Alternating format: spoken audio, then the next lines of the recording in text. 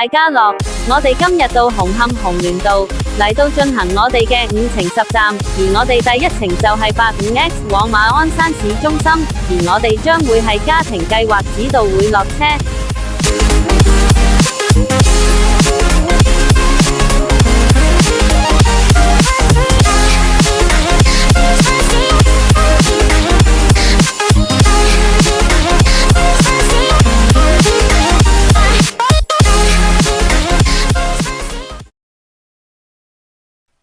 Yeah, baby.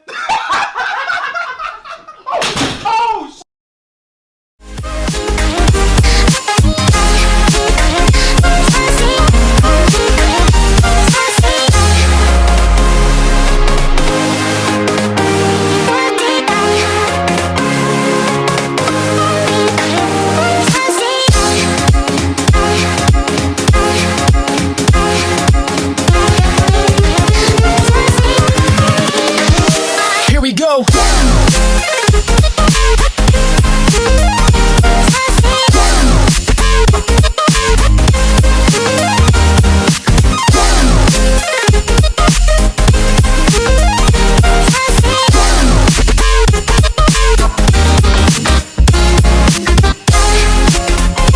係家庭計劃指導會落車，我哋就好似撞到愛人咁，一下子就有5A 嚟到，而今次我哋係入啟德啟晴邨。